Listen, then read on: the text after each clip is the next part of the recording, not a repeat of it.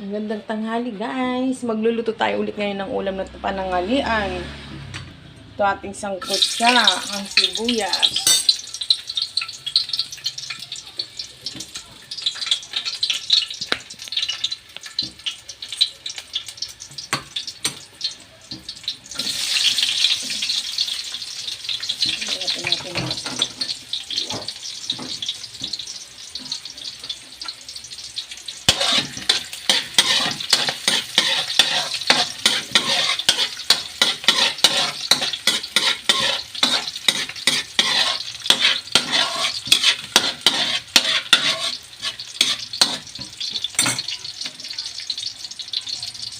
Ito po ang aming tanghalian.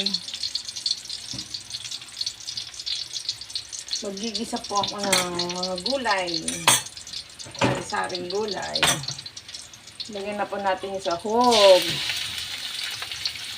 Laging pork. Kasi yan ang gusto ng mga bata. Kung ako lang masusunod guys, hindi baboy ang isang sahog ko dito. Walang hindi nila kakainin eh. Hindi nila kakainin.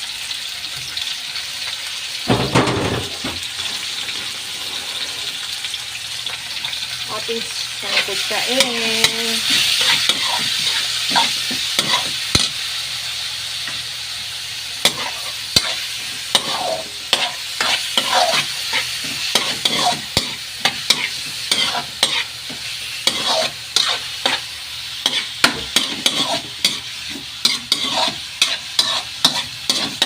Takpan muna natin guys para masangkot siya mabuti.